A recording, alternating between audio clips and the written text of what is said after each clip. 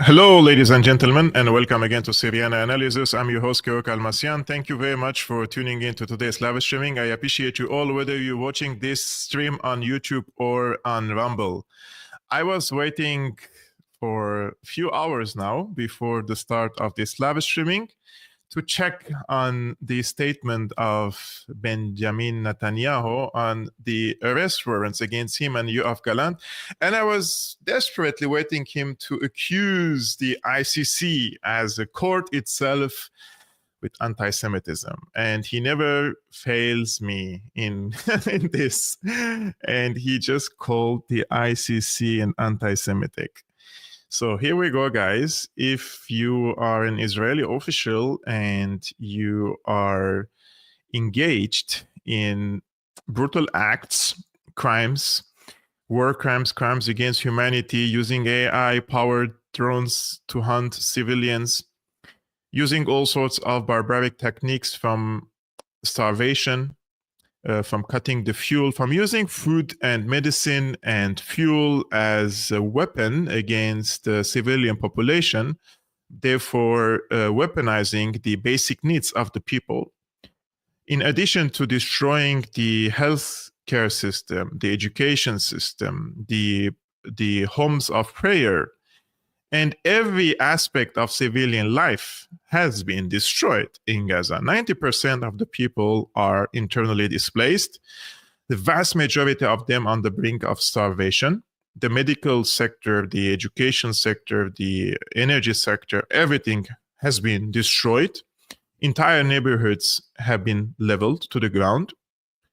So if you do such things, at least you may expect some condemnation or court proceedings or arrest warrants by international courts, right?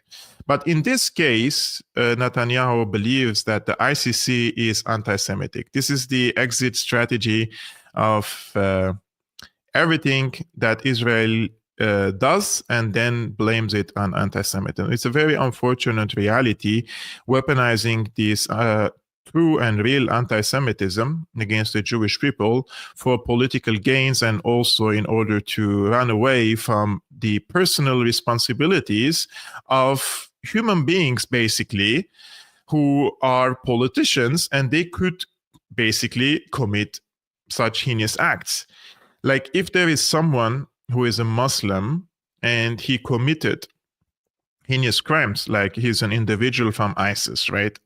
Are we all, and this person has been then persecuted, are we going to call the court an anti-Islamic? No, this is a personal responsibility. It's an individual committing a crime. I don't understand why every time there is a case against an Israeli official, then the entire religion comes into the debate and the race comes into the debate. It's ridiculous. Israel, just like any other nation, has responsibilities. It has obligations in front of international law and humanitarian law, Geneva Conventions, the Genocide Convention, everything. So since the Palestinian state, they have signed the Rome Statute, they are capable of bringing Netanyahu, Gallant, and the rest of the team to court because these crimes are committed in Gaza, right? Now, one of our members is asking, one of our followers, I think Johan asked, if Germany is a signatory of the Rome Statute. Yes, I'm going to come to that later. But first things first, before this today's breaking news, yesterday there was a special session in the UN Security Council, and I'm going to show you the most infamous hand that in modern times, this is the hand of the envoy of the US to the UN. And the United States vetoed Security Council draft resolution that would have demanded an immediate, unconditional, and permanent ceasefire in Gaza and the release of all hostages. The result was in favor 14 nations, against the United States abstain 0. Now, this is the official website of the UN News Center. And the way they formulated, in my opinion, and quickly breaking news and how this resolution was about the immediate, unconditional, and permanent ceasefire in Gaza, and also the release of the hostages, they are trying to, give a correct impression about the United States, and that is vetoing a very important and humanitarian resolution which would have saved thousands of lives in Palestine. Just for a quick heads up, guys, so this was only yesterday on Wednesday, right? And this draft resolution was put forward by the Council's 10 non-permanent members, and it has demanded an immediate, unconditional, and permanent ceasefire, as well as the immediate and unconditional release of all hostages. So this would have meant that Hamas must have released all the Israeli hostages from captivity in exchange for a ceasefire. And the 15-member council had 14 in favor and 1 against. And this has created lots of debate and also criticism, rightfully so, to the United States. And I believe that we have reached to a point where I don't think that the reputation of the US and Israel could be repaired. We're at the point where they have lost all legitimacy, they have lost all credibility, they have lost the credibility as the police of the world, they have lost the credibility to present themselves as the humanitarian. You remember, they want to intervene in different countries to protect civilians, responsibility to protect, humanitarian intervention, this and that. Those were all imperialistic cliches in order to intervene into the domestic affairs of other countries for their own geopolitical reasons, and not to save civilians, because clearly and obviously they don't care about civilian lives. And if they did, the United States would not have vetoed, or at least this could have been the last probably session under the Biden administration, and probably Biden would have said, I mean, he doesn't remember anything anyways, but probably his administration and his officials in his administration would have said, this is the last probably resolution in front of the UN Security Council, and there would not be so many repercussions. We already lost the elections to Trump, so at least this would have been a good start. But what the Biden administration has done, they have escalated in Ukraine in order to sabotage any diplomatic attempt by the Trump administration to end the war in Ukraine. And secondly, they have vetoed for probably the 6th time the UN Security Council resolution, and a binding resolution that would have established an immediate and unconditional ceasefire in Gaza and the release of all hostages. This also gives us the impression that Israel doesn't care about the hostages. If Israel says that we want to continue this war, which is an extermination war against the Palestinians, because we want to free the hostages. Okay, if this was the goal, then it would have Israel would have achieved it through diplomatic means. So what's the point of continuing this onslaught against the Palestinians? Because that's not the goal. They don't care about the hostages and they don't want them back. If it means for Israel to conquer all of Gaza and kill the 100 hostages, they would do it. If it means for Israel that complete elimination and ethnically cleansing of the Palestinians in Gaza, from Gaza to Egypt, and at the same time killing all the hostages, they don't mind it. I mean, on October 7, when they enacted the Hannibal Directive, they didn't care about the Israeli civilians. They didn't care about the hostages. They killed many of the hostages through the Hannibal Directive, right? And the footage that we have seen of tens of cars in the parking lot being destroyed and burned, those were clear indications that they came under Apache attacks and not some sort of AK-47s or even RPGs, right? I didn't see footage with RPGs anyways from Hamas side, but I saw them carrying the AK-47s. They were in pickup trucks and some motorcycles. It's impossible to destroy tens, probably 100 or 200 cars in that way. So they enacted the Hannibal Directive. And for those who don't know what's the Hannibal Directive, the Israeli army has a doctrine that says if a terrorist group captures, or any Palestinian or Lebanese group captures, I mean, when I say terrorist, this is what is written in their law, right? In their doctrine. If any of these groups capture an Israeli with the intention of taking him a hostage, it's better to kill the terrorist and the hostage instead of creating a hostage situation. So this is what they did. So we have around 1,200 probably Israelis got killed on October 7. I think around 700 or 650 of them were civilians. The rest were Israeli military personnel or active Israeli personnel. So among these 650 to 700 people, how many of them were killed by the Israeli side? Nobody can know the concrete answer. But rest assured, many of them were killed by Israeli Apaches and tanks and artilleries. And the impact of the shelling and the Apaches were clear on the kibbutzes and on these homes and houses of these settlers. So just to be clear, Israel doesn't care about the hostages. Now we have the ambassador of the United States in the UN. I think he's gaslighting here, of course. Like, I mean, look what he says here is so ridiculous and so untrue and detached from the reality. Take a look. The United States also, over the course of the past year, has done more than any other country to take tangible steps to improve the humanitarian conditions in Gaza, even as the situation remains dire. We have also done more than anyone to work with the government of Israel in an effort to minimize civilian harm over the course of the conflict. The United States also, over the... So he's claiming that the United States has done the most among the other countries in improving the humanitarian situation in Syria. And I will show you a very short chart here published by Heidi Matthews. Heidi Matthews, she's an assistant professor of law at Harvard University. And she says the United States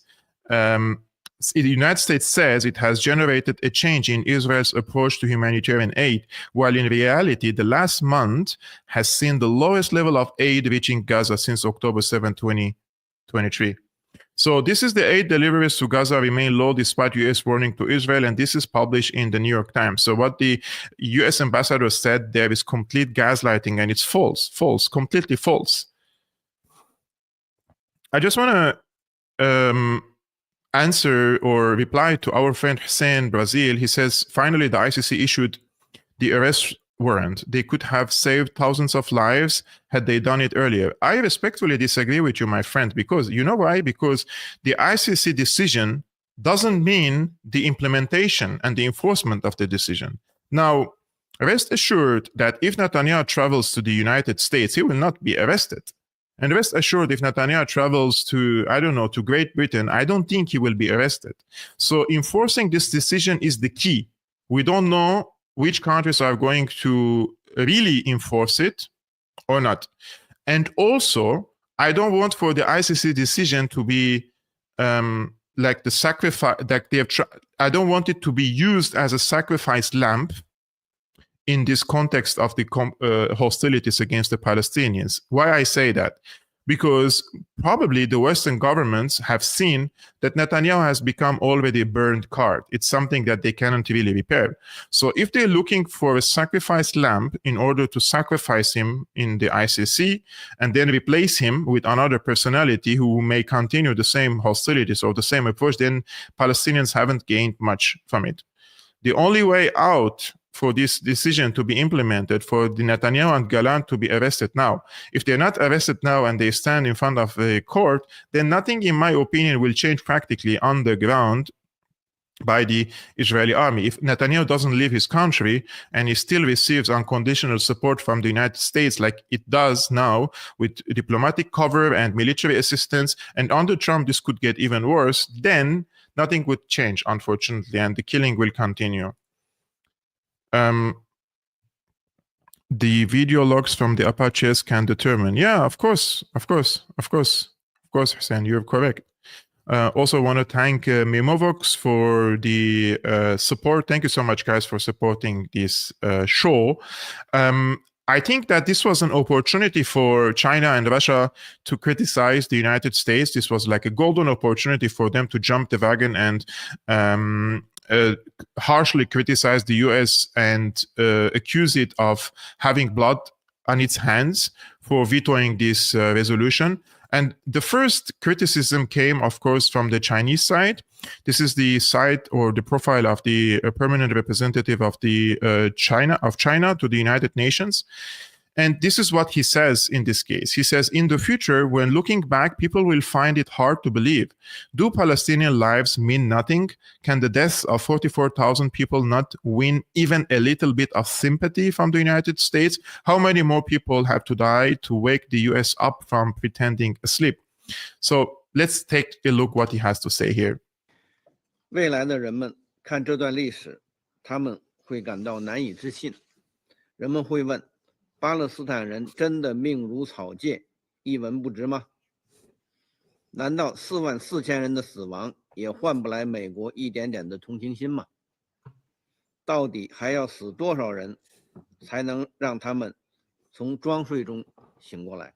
未来的人们看这段历史，他们会感到无法理解。美国过去1年多来，为什么执意排斥安理会发挥作用，使安理会陷于瘫痪？为什么所谓外交谈判至今还在原地空转？为什么会允许以色列一边持续开展军事行动，一边不断为谈判提出新的条件？未来的人们看这段历史，他们必然会感到愤怒。以色列公然违反国际人道法的每一条红线，美国似乎总能找到理由为以色列辩解。人们会感到愤怒，还因为美国源源不断的供应武器，这成为这场战争持续如此之长，伤亡如此之多，破坏如此之大的决定性因素。美国代表刚才呼吁释放被扣押人质，我们的立场从一开始就非常清楚，必须释放全部人质，必须立即无条件停火，这两者都很重要，不能附加前提条件，不能同意把两者挂钩的做法，因为事实已经表明，以色列在加沙的军事行动早就超出了解救人质的限度。 Yes.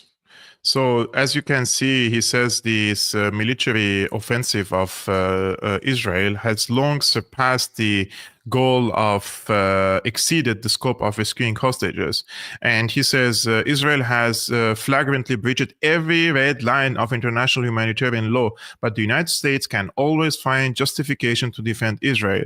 People's indignation also stems from the fact that the continued supply of weapons from the US has become a decisive enabling factor for the war lasting so long, causing so many casualties and so much destruction. So 45,000 people, this is the only data that the authorities and the UN in Gaza were able to document, because the estimates are above 100,000 casualties. So aren't these 44,000 worthy of sympathy from the United States? And aren't they worthy of a ceasefire in order to take a breath? So in this case, the US vetoes and abuses its authority to veto, and the Chinese are telling to the Americans the veto is a responsibility, not a privilege, to, turn around and circumvent the international law, international humanitarian law, especially in the context of Israel is already accused of committing genocide. There is a case in the ICJ, and now we have the ICC issuing arrest warrants against Yoav, Gallant, and Benjamin Netanyahu. And despite that, the US continues to support Israel. This is the point that I was trying to make for a long time. Israel and the US are inseparable, because the US is an empire, and the empire has advanced satellite states around the world. I disagree with the notion that Israel is in charge of the US. I believe that the United States sees Israel as an instrumental tool for its hegemonic aspirations in the Middle East, and it's very, very important for the US in the Middle East, one of the vital and most important regions in the world. And as Israel exists there, the US hegemony continues to exist. And if Israel crumbles, or the project of Israel crumbles in the region, the US presence in the region will be in jeopardy. They will not be able to project all their strength and dominance on the region. They will not be able to divide and conquer the region. They will not be able to secure all the energy supply lines and the trade routes. And they have different visions for the region, like normalizing relations between Israel and the Arabic countries and normalizing the political entity of Israel, right? But there is also resistance for it by some countries like Syria, like Iran and other non-state actors in Lebanon, in Palestine, and in Iraq, and in Yemen. So there is a big conflict of interests in the region, and Israel is instrumental for the US hegemonic status in the region. And if they lose Israel, they could lose their hegemonic status. That's why the United States unconditionally supporting Israel as long as it takes, and regardless of the consequences. And that's also why the Americans and the US administrations, or whoever you want to call them, the deep state in the US, are using the Ukrainians as cannon fodders in this conflict against Russia. They don't care how many casualties would there be among the Ukrainians, and the Ukrainians are supposed to be their allies. But in the case of Israel, they don't care how many Palestinians are killed. If 44,000 civilians killed, 70% of them are kids and women, did not move the conscience of the US, of the politicians in the US, which means there is something deeper and something deep-rooted in the establishment in the US, that they see it as an existential threat against them if Israel doesn't succeed in achieving a complete dominance over the region. For the US, it's not about a balance of power. It's not about a tit for tat against the regional powers. It's not about, I give you something, you give me something in return. It's not about compromises. It's about dominance. It's about subjugation. It's about supremacy. If they lose their status as an absolute hegemon over the region, they see themselves losing, because they see the world in a zero-sum game lens. So if you see the world in that way, you don't care how many Ukrainians died, and you don't care how many Palestinians died. And in the future, God forbidden, I hope it never happens, they may not care at all how many Taiwanese die, right? Because for them, their political, their economic, financial interests are of higher value than human beings. This is how when you start seeing these things from this perspective, everything makes sense. Because you cannot really move the conscience of someone that doesn't have a conscience.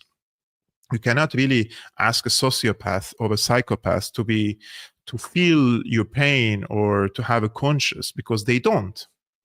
And unfortunately, in order to ascend in this hierarchy of the decision-making hierarchy in the US and to become in stronger positions, you are vetted, you are indoctrinated, you need to become one of these sociopaths in order to reach to positions of power. Otherwise, it's difficult. Now, you see all these congressmen and congresswomen on X are crying anti-Semitism and supporting Israel unconditionally. Who are these people? It's not only that they're paid, they're also sociopaths. They have no feelings at all towards the Palestinians or any other human beings in this case. If their interests are threatened, they don't care about the lives. They don't care about the well-being of the people. They could kill you like you're a fly. Thousands of you, tens of thousands of you, hundreds of thousands of you, they don't care. When Madeleine Albright, this was, I believe, in the year 1994, 1995, something like this, or 1996. And Madeleine Albright was the former Secretary of State of the US. And she was asked, was it worth killing 500,000, 500,000 children in Iraq by American sanctions? She said, the price we think was worth it. This is how these people see the world. They don't have our similar sentiments like we have, like compassion, like sympathy, like feeling for other people. They don't. They're completely made up of something else, and they are bred and they are indoctrinated in a way that you cannot really ascend the hierarchy and become a Secretary of State unless you are like a soulless, you are a sociopath and a psychopath like this. Otherwise, you will never become a Secretary of State in the US. And you will never see an American official in such a position like National Security Advisor or Secretary of State or CIA, you will not see these people talking about human suffering. Never. They never talk about that. I still remember one of these interviews with the former CIA chief of CIA, and he was talking about Syria and calling for the killing Assad and destroying the country, kill, like he's talking like kill, like it's like, it's just a video game for him. These people, this is how they see things. Now, we had the Russian ambassador in the UN also criticized the veto. And he said, now I will address my American colleagues and say that you today have shown that you are fully responsible for the death of tens of thousands of innocent civilians. Let's take a look together. Statement yesterday. Now I will address my American colleagues and say that you today have definitively shown that you are fully responsible for the death of tens of thousands of innocent civilians, for the privations of refugees, suffering of hostages, and the illegally detained Palestinians. It was very interesting to hear the representative of the American representative today in the wake of the vote. For example, he said that the resolution does not contain provisions on the release of hostages. Well, it does contain such a provision. Perhaps the U.S. representative should read through the resolution before voting against it. He also stated that the resolution does not have a condemnation of the attack on the 7th of October. I would like to remind our American colleagues here that it was the United States who, on the 18th of October 2023, vetoed a Security Council resolution which condemned a condemnation of the 7th of October attack. The United States positioned themselves as a key partner, not just for Israel, but also for the Arab states. But they vote against resolutions who are in the interest of all of the Arabs and supported by the Arabs themselves. If the draft had been passed, we could have demanded that Israel end its deadly attacks in Gaza, in the West Bank, that it rein in its continued aggression against Lebanon and Syria. We could have sent a very clear signal to the parties to end violence and move on to the political and diplomatic settlement of the Palestinian issue. But the cold and cynical opposition by the United States to the simple demand on behalf of the Council to save human lives is an unconscionable and inhumane act. We have no doubt that the Israelis themselves are interested in ending the spiral of violence, and we categorically reject attempts to present the events on the 7th of October of 2023 as the starting point for the bloody events in the region now. The reasons for that are much deeper, and they have to do with a very old historic injustice where one side was given the opportunity to create their own state, and others have been consistently denied the exact same right. We will continue speaking resolutely for demanding the end of violence against Palestinians. No doubt, we will continue calling out the abuses and hypocrisy by the United States when it comes to settling this situation. We will not allow the United States to muzzle the voice of the Council when and continue emboldening further merciless operations by Israel. Our common duty is to make sure that the voices of the absolute majority of the people on this planet to end the spiral of violence in favor of a just settlement of the Palestinian issue on the basis of an acknowledged basis and the desire to become a full member of the UN, that these voices be heard. We must bring peace, stability, and prosperity to the Middle East. And no one, including the United States and other Western states who indulge them, has a right to inhibit these aspirations.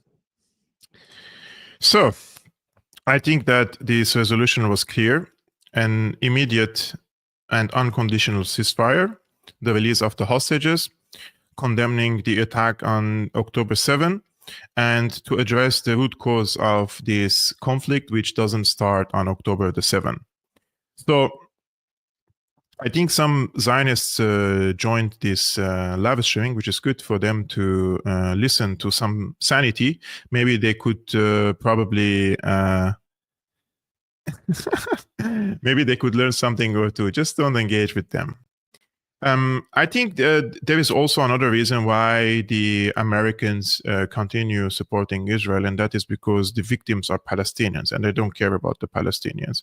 For them, the Palestinians are probably from a breed or from an ethnicity or from a religion that they don't really care about, and they consider them not worthy of condemnation. And this was something that was made clear by the Palestinian permanent representative to I think he's not a permanent, but he was the ambassador, and he spoke about this case, and he made something very clear. He said maybe for some we have the wrong nationality, the wrong faith, the wrong skin color, but we are humans and we should be treated as such. Madam President, the world should not grow accustomed to the death of Palestinians, to seeing Palestinian children starving, to seeing mothers carrying their children from one place to another, forcibly displaced. They should not get accustomed to seeing journalists killed and humanitarians killed, to see Palestinians detained, abducted, carried on trucks to go be tortured, sexually abused, and raped. The fact we are Palestinians does not make that less shocking or less outrageous. Maybe for some we have the wrong nationality, the wrong faith, the wrong skin color, but we are humans, and we should be treated as such.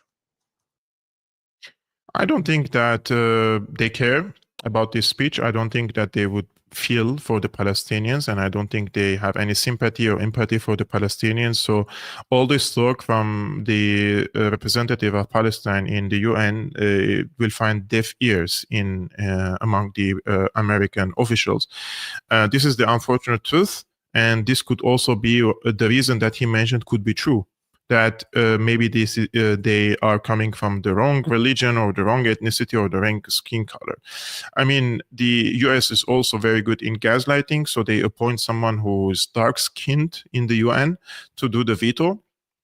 Both the woman representative and the man representative both are skin colored, dark skin colored, and they use them as a makeup to polish the imperialistic image of the US, basically, right? By the way, for those who are, I saw a comment says that the entire speech was amazing of the permanent ambassador of the Palestine in the UN. At the end of this stream, I'm going to play the entire thing for you. It's like 14 minutes or so. So stay tuned for that. If you're looking forward for the entire speech, I'm going to play to you the entire speech at the end of this stream. Now, we have the ICC finally issuing an arrest warrant against Benjamin Netanyahu and Yoav Gallant. And in this case, we know that these arrest warrants were for crimes against humanity and war crimes.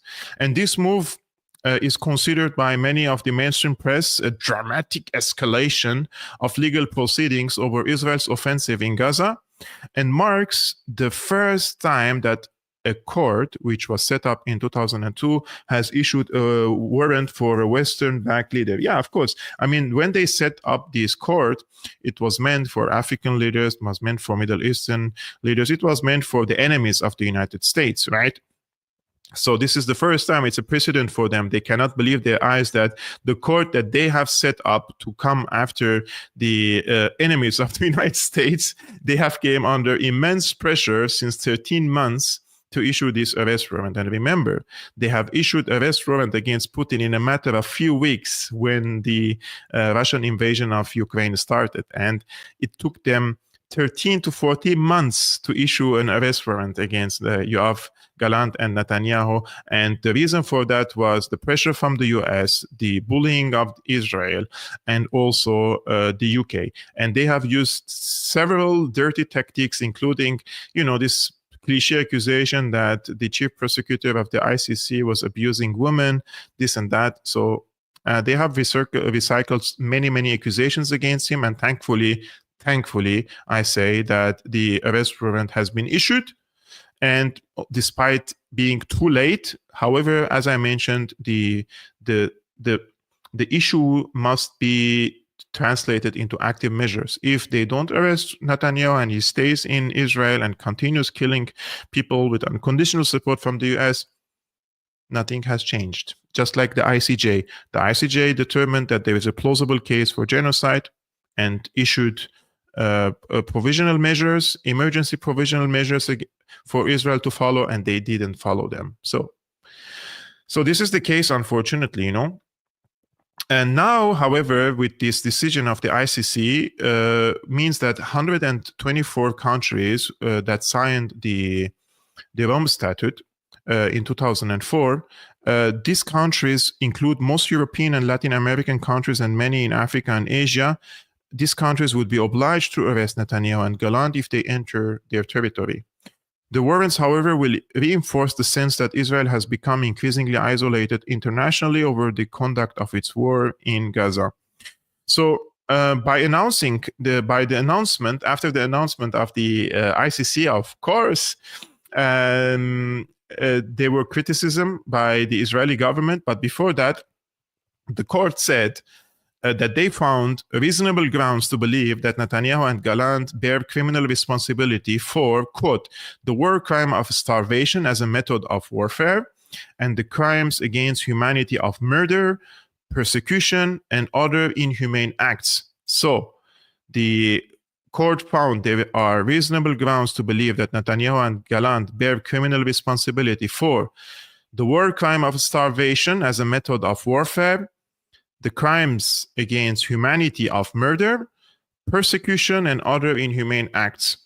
And the court also said that there were also reasonable grounds to believe the pair bear criminal responsibility for the war crime of intentionally directing an attack against the civilian population and had intentionally and knowingly deprived Gaza's civilian of food, water, medical supplies, fuel, and electricity.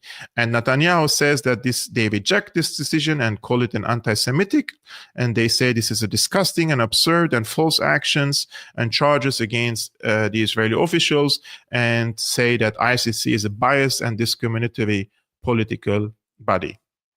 Now, I'm going to show you the map of the countries that are obliged to arrest Netanyahu if he travels to one of these countries. So all the reds that you can see, states obliged to arrest Netanyahu at first sight. So let's suppose that Netanyahu will have to travel to the United States now.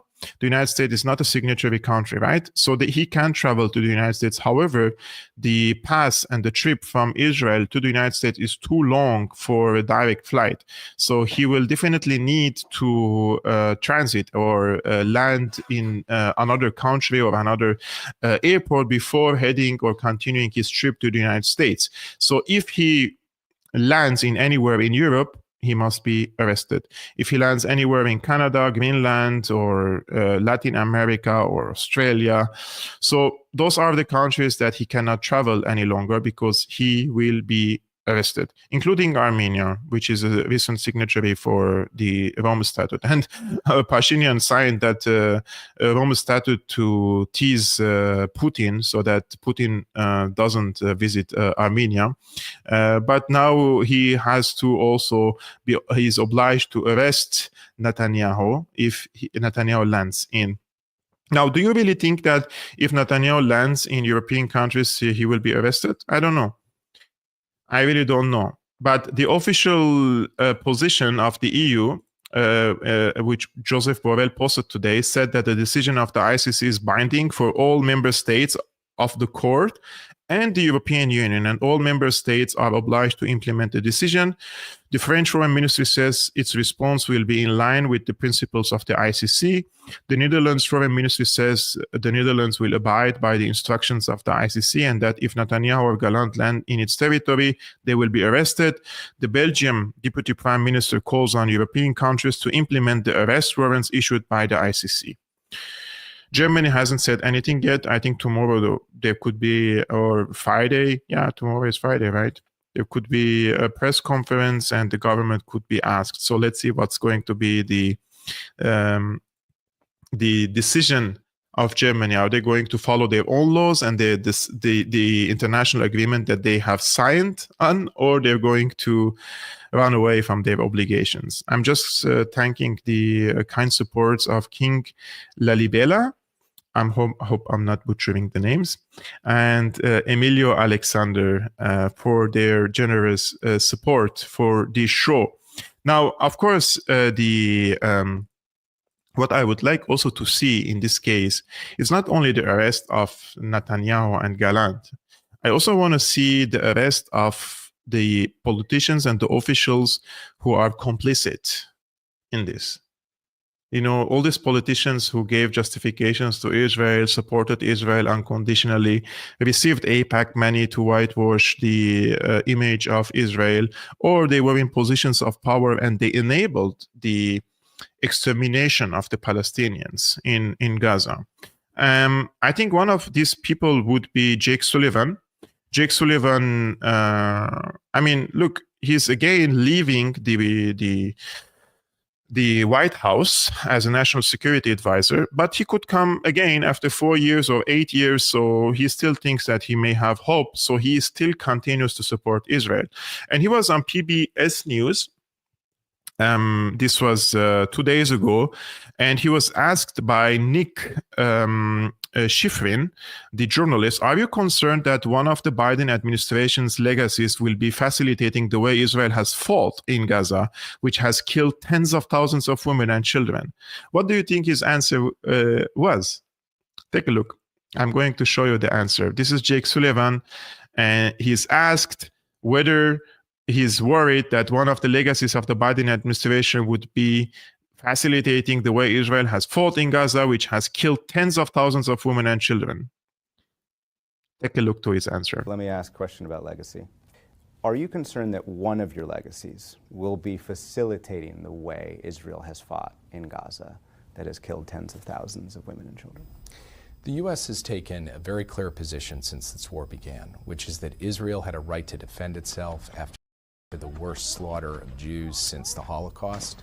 The U.S. also, over the course of the past year, has made a massive difference in terms of whether there would be widespread famine in Gaza or not widespread famine, in terms of working with the Israelis to try to minimize civilian harm over the course of the months of the conflict. I do believe that us standing up for Israel in its hour of need, at a moment when its enemies were descending upon it, has made a major difference for the good from the perspective of the... It's not only Snake Sullivan, my friend. It's a soulless Snake Sullivan. And I just want to remind everyone that Jake Sullivan, he was the advisor. He used to work for Hillary Clinton in 2012 when Hillary Clinton and Obama administration decided to overthrow Assad and started funding the jihadists in Syria, the terrorists, let's say, in Syria, including Al-Qaeda. And Jake Sullivan sent an email to his former boss, Hillary Clinton, telling her, quote, Al-Qaeda is on our side in Syria. Al-Qaeda is on our side in Syria. And he thought this is just an internal email between him and his boss. And then his boss's emails were hacked and they were published to the public, and everybody learned that United States stands on the side of Al-Qaeda in Syria. And still, many, many people do not know about these facts. It's just mind-boggling. So I would like to see Jake Sullivan as complicit, standing in front of the ICC as a complicit, because that's what the Geneva Convention says. I also would like to see Kevork Starmer, or I don't know how do you guys call him in the UK, but I think my German accent is now butchering the names. Kevork Starmer.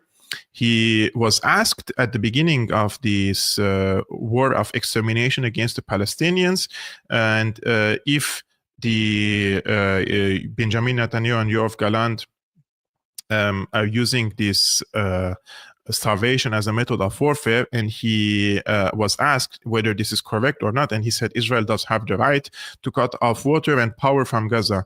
So I think he should be also arrested, like just like Jake Sullivan. I'm going to show you the video of Kevork Starmer, where he was asked about this. Take a look. I'm very clear.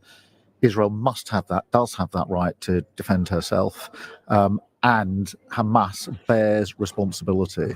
A siege is appropriate, cutting off power, cutting off water. Well, I think that Israel does have that right. It is an ongoing situation. Obviously, everything should be done within international law, but I don't want to step away from the sort of core principles that Israel has a right to defend herself and Hamas bears responsibility for these terrorist acts. And I would call on all responsible states, particularly Middle East responsible states, to call this out for what it is, and to stand with the world in utterly condemning these actions by Hamas. He's asking the world to stand and take a position against Hamas. He's not asking the world, and who's the world? And he thinks that the world stands with Israel. The world stands with the Palestinians. And if there is legitimate nowadays polling in every country around the world, I think the people have seen enough of the atrocities to make up their minds. And in this era of digital media and citizen journalism and this and that, I think it's impossible. It's impossible to hide the truth. Maybe a few decades ago, they were able to hide the truth from people if there were major events and they wanted to manipulate the people. It's almost impossible now to manipulate the people. It has become a daily occurrence. It has become on their own smartphones everywhere. So I think the information warfare, they have lost it. They have lost the information warfare in this case. And I also don't want to make any exceptions. Every politician, I have mentioned few now, Jake Sullivan and Keir Starmer, and I will show you one more now. But every politician who justified this Israeli onslaught against the Palestinians, they have to be considered complicit under international law. And I'm not asking for much. I'm just asking for justice, I'm not asking for revenge. I'm asking for international law. And one of these people is, of course, Emily Thornberry. Emily Thornberry, she's a Labour MP, and she was asked on BBC about this case, whether cutting of food, water, and power to Gaza was a violation of international law. And this is what she said in this case. Take a look. What is simple is that whatever actions are taken by a democracy, it has to be done in accordance with international law. And we have heard tonight from the President of the United States that he has been on the phone to Netanyahu, and both of them have agreed that democracies need to act in accordance with international law. Pause there, if I may. Do you think cutting off food, water and electricity is within international law? I think that Israel has an absolute right to defend itself against terrorism. That's not the question I asked. It is an answer to the question that you've asked, and I think it's an appropriate one at this time. Why won't you answer whether you think it's in line with international law or not? Because I've tried to answer, and I've tried to say that we've already heard from your previous guest about what might be happening on a day-to-day basis. So we're now on day 4. And so we hear that there are troops massing on the border. There may well be an incursion. Immediately before an incursion, then, as the permanent representative have said, that it might be appropriate in those circumstances for there to be the sort of action that we've heard about. And then the invasion afterwards. I don't know, because at the moment we're in the middle of a hot war, and Israel is in the middle of defending itself, and we have to stand with Israel, just like we would expect people to stand with us if we were the victims of terrorism as well. You remember my previous statement about this the lack of empathy and sympathy, and how politicians can become sociopaths. And this has nothing to do with the gender. Like, you see, Madeleine Albright was a woman, Hillary Clinton was a woman, Nikki Haley is a woman, and she is a woman. And so this is not something like some people argue, let women rule the world, then we will no longer have wars. No. If you're part of the establishment, you are bred. You are indoctrinated, and you are completely like you're one of them. There is no way to escape this. And the only way for us to push back against this type of sociopathy basically is citizen journalism, and us collectively speaking against it and pushing against it. We're the ones voting these people in positions of power. Who is voting for these people? Who is going to the election and the electoral ballots? Those are the people. They should not vote these people into power again. And I don't understand how many times can the establishment fool the people. And they are getting fooled over and over again. And now they're telling them that Trump is going to come like he's the savior and the messiah and is going to stop the wars. Wake up, wake up. It's been so clear that the administration of Trump is an ultra-Zionist administration and full of neocon hawks, and it's not going to be much different. Maybe a little bit different in Ukraine, but it's not going to be different in Palestine, just for you to know. And while I am speaking about citizen journalism and the importance of it, I want to shed light on a segment of our friend of the show, and he was a guest multiple times on our show, our Captain Matthew.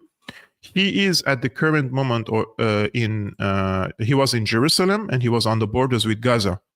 So he was there only a few days ago, and he just posted an interview with Judge Napolitano, and this is what he said. Take a look. We're a mile and a half or so from 300,000 people who are being forcibly starved to death by the Israelis. What is grotesque and absurd and obscene that I was not expecting was where we went to look at Gaza. I was expecting we would go to a hillside or there'd be a field that we could look across or something. We went to an observation platform, Judge. We went to an observation deck, just like you have overlooking Niagara Falls, including with the big binoculars where you put the coins in so you could see. And this is an observation platform that looks into Gaza, an observation platform that observes the genocide. And as we were there looking at Gaza, which is the experience itself, because you feel like a voyeur, you feel like a tourist. You find yourself disgusted with yourself that you're standing here watching this, but you're also so far removed. You're so separate from it that it's septic. It's sanitary. You don't see anything that's actually occurring there. You don't hear the screams. You don't hear the dying. You don't see the wrecked bodies. You can't even really make out the damaged buildings. But from this observation platform, it's very picturesque. And it's as if you're watching a movie, essentially. But what was really, and I'm still trying to come to terms with this, I'm trying to find the right words to describe this, was the fact that as we were there, trying to understand how we were relating to this genocide occurring in front of us, an Israeli school field trip showed up. And these children, they're teenagers, they came from 2 hours away to come and watch the genocide. And the first rush of boys to the top of the hill to that observation platform, when they caught sight of Gaza, when they caught sight of the genocide, they pumped their fists and they gave the middle finger to it, and they were very, very excited. And so the idea that there weren't just Israeli citizens who were looking at this, gawking at it, but school children have been brought on a field trip from 2 hours away to come and watch the genocide is just an aspect of what's occurring here that my visceral reaction to it is one that I'm really troubled by and having a hard time to process, because it's that aspect of genocide that I observed directly, where the population sees it as entertainment, where you have this complete dismissal of the Palestinians as human beings, but as some form of other, that observing their mass murder is something that's just not acceptable among the population, but is part of their school curriculum. So that is, sitting here a day after, as you can tell, I'm still trying to figure out what the hell I saw yesterday.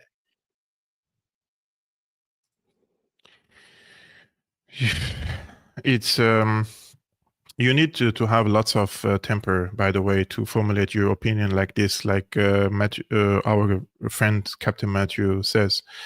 And you feel ashamed, like if you go somewhere close to Gaza Strip and the people there are starving to death and getting hunted, by the way, by AI-powered drones. And they're getting killed with tens of thousands, and just a few meters away, they can't find clean water, sanitation, food, medication, hospital, energy, everything basically that you need to live, right? And then you will see people coming from across Israel with buses, especially the school children, and you're bringing them for what, basically? It's like a trip for the Israeli children to observe their peers in Gaza are getting killed and slaughtered and starved. This is like a matter of entertainment. It's just like, who is organizing this? What kind of education are you giving to these children? It's disgusting. I don't want to say something else unless then YouTube will consider this, hate speech. So I will just shut up now. Guys, I will play to you now the video, the speech of the Palestinian representative in the UN, as I promised to you. So I'm going to play it, and I'm going to say bye to you.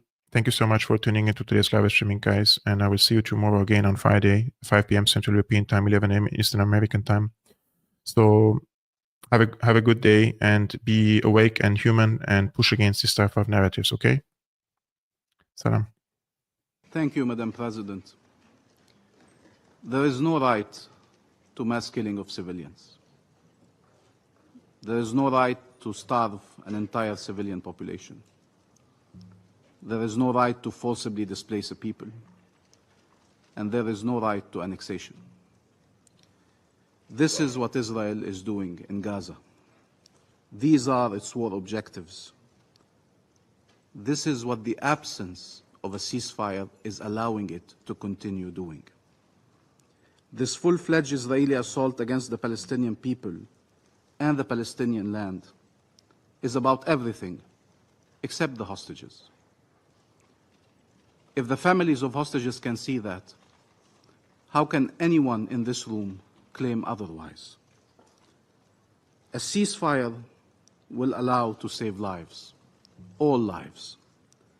This was true a year ago. This is even more true today.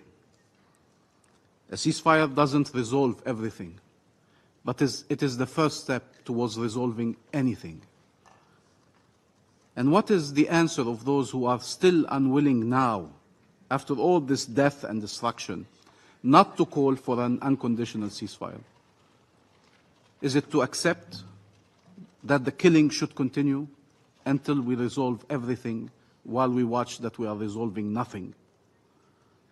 We heard over and over again statements in this chamber by all members without distinction about protection of civilians, about rejecting forcible displacement, about rejecting starving the Palestinian population, about rejecting annexation, about rejecting wanton destruction, about rejecting regional escalation. Everyone around this table agreed on these objectives. And yet here we are. 44,000 Palestinians killed. This is those who are accounted for. Many more are not accounted for. One day we will retrieve them in mass graves under the rubbles, and we will discover the real numbers of this horror. And there will be many that we will never retrieve. Famine that is looming all over Gaza, that is a reality in northern Gaza.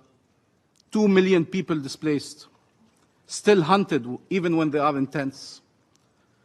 Total destruction of Gaza and all the requirements of life in it. And war on Lebanon, its people and its sovereignty. What does it mean to proclaim all these principles, we reject, we reject, we reject, and then shield Israel of the consequences of its actions, thus allowing it to do exactly what we're asking it to stop doing?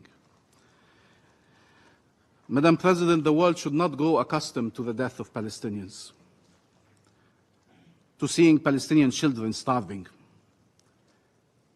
to seeing mothers carrying their children from one place to another, forcibly displaced. They should not get accustomed to seeing journalists killed and humanitarians killed, to see Palestinians detained, abducted, carried on trucks to go be tortured, sexually abused, and raped. The fact we are Palestinians does not make that less shocking or less outrageous. Maybe for some we have the wrong nationality, the wrong faith, the wrong skin color. But we are humans, and we should be treated as such. Is there a UN charter for Israel that is different from the charter you all have? Tell us. Is there an international law for them, an international law for us?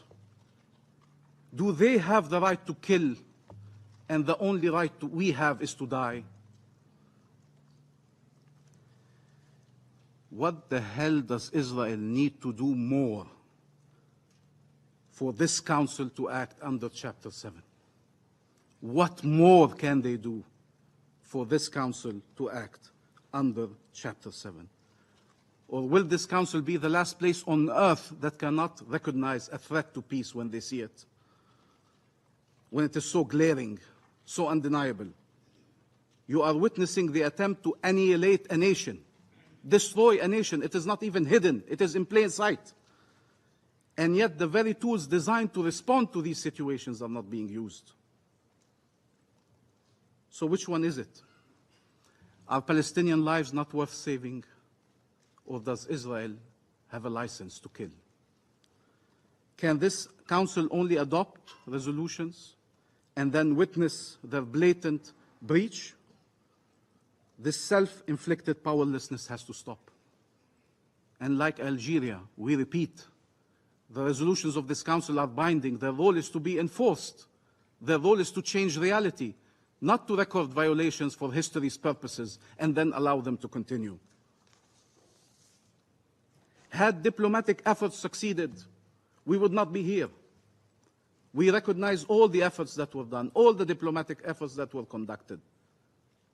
And yet, we have to recognize children are still starving in Gaza. Families are being killed. Communities are being obliterated. Had these efforts succeeded, we would not be here. But what we cannot accept is that Israel has a veto that blocks any attempts to put an end to this war, especially when we know what are its true intentions. Madam President, many peoples, many governments around the world are saying the right things and trying to do the right things. And we have here to express our gratitude to the E10 for their relentless efforts for over a year now, and in the recent month. We all were hoping that 2735 would lead to a ceasefire. And we can discuss who is responsible for that ceasefire not occurring. For us, it is pretty clear that Israel had never an intention to accept a ceasefire and has found every reason not to have a ceasefire. We thank Guyana for its efforts in coordinating the E10 initiative. We thank all of those who have voted in favor of this resolution, and we agree with Malta and with Algeria. This is the bare minimum. This is the bare minimum that morality, humanity, legality would plead for. And this bare minimum, even this bare minimum, was vetoed. I truly do not understand, and you're saying we cannot be for an unconditional ceasefire. What that means, in effect now, is that we are for a war. You're saying we cannot be for an unconditional ceasefire that does not release the hostages. Is this war releasing the hostages? Is it even trying to release the hostages? So what does it mean? We accept this war that is killing hostages and that is killing, maiming, terrorizing, destroying an entire nation. When is it enough? When is it the point where we say, no, we mean ceasefire now? Now. We will not allow you to not listen to us, to ignore us, to insult us, to play games with us. This resolution is trying to restore life, to save lives. It's not a dangerous message. The draft resolution is not a dangerous message. This veto is a dangerous message to Israel that it can continue executing its plans, the very plans you oppose. And the messages we send do matter. And that is the wrong message at the worst possible time. Israel is responsible for the Palestinian civilians it kills. It cannot be absolved of that responsibility. It is killing them purposefully, deliberately, repeatedly, massively. It is starving them on purpose. Nobody can deny it. We sat in this room, we heard every UN agency, every testimony, every NGO, Palestinian, Israeli, international, saying the same things. This is by design.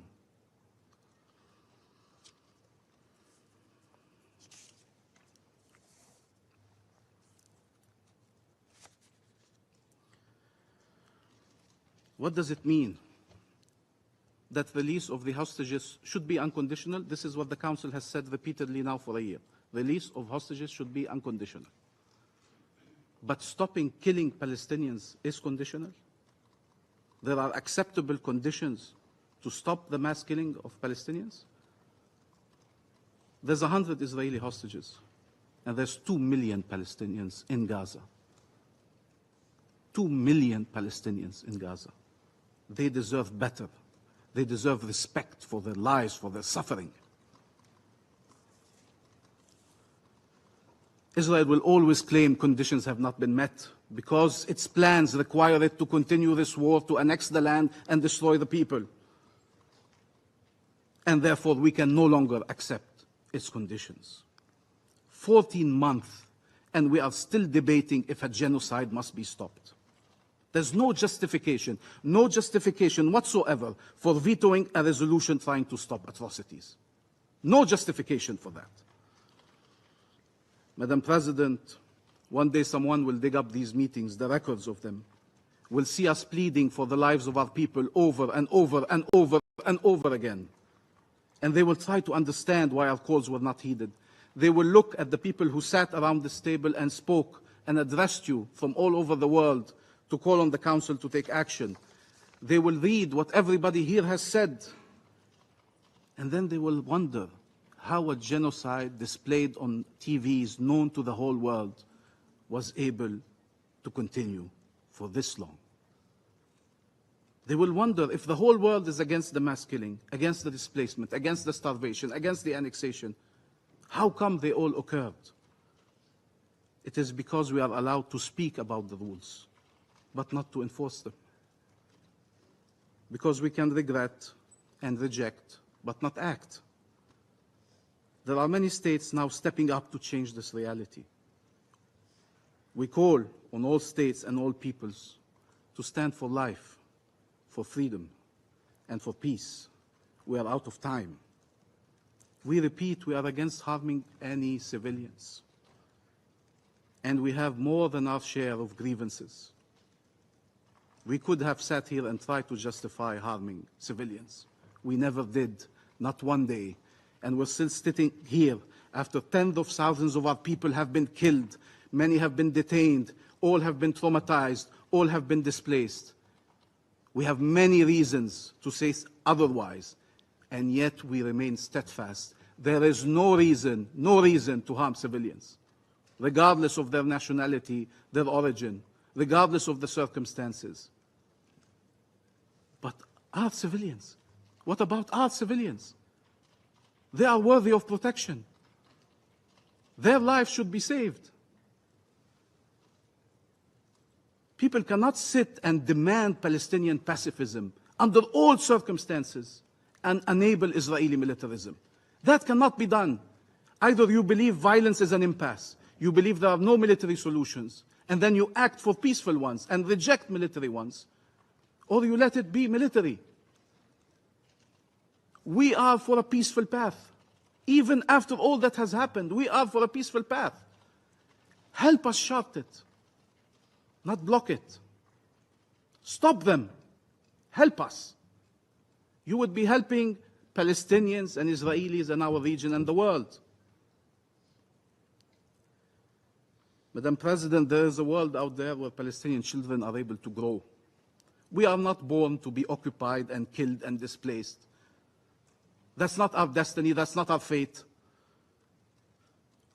There is a world where we could live and grow and see our children grow with no occupation, no bombs, no tents, no settlements, no walls, no military checkpoints, no prisons, no constant humiliation, no oppression, no house demolished, no amputations, no pain and no agony. That world can exist today if we were to act. And the fact we are not means that many, many more Palestinians will suffer and others will suffer. We are trying to get there. We are trying to find a path that leads us there, to freedom, to life, and to peace. That should be our common objective. There is a world where there's no war in the Middle East, where Palestinians and Israeli civilians go about their lives, where maybe they can look confidently towards the future and even envisage more bridges between them, where our region unleashes its true and full potential for the benefit of all states and all peoples. It's this future that is being destroyed before our very eyes. And the entire Palestinian civilian population is the primary victim. Madam President, we call on the General Assembly to uphold the responsibilities that the Council has failed to uphold, owing to the US veto. We call on all states to use all available tools to stop the massacres. What this resolution was calling for is an unconditional end to massacres, and that is always worth supporting.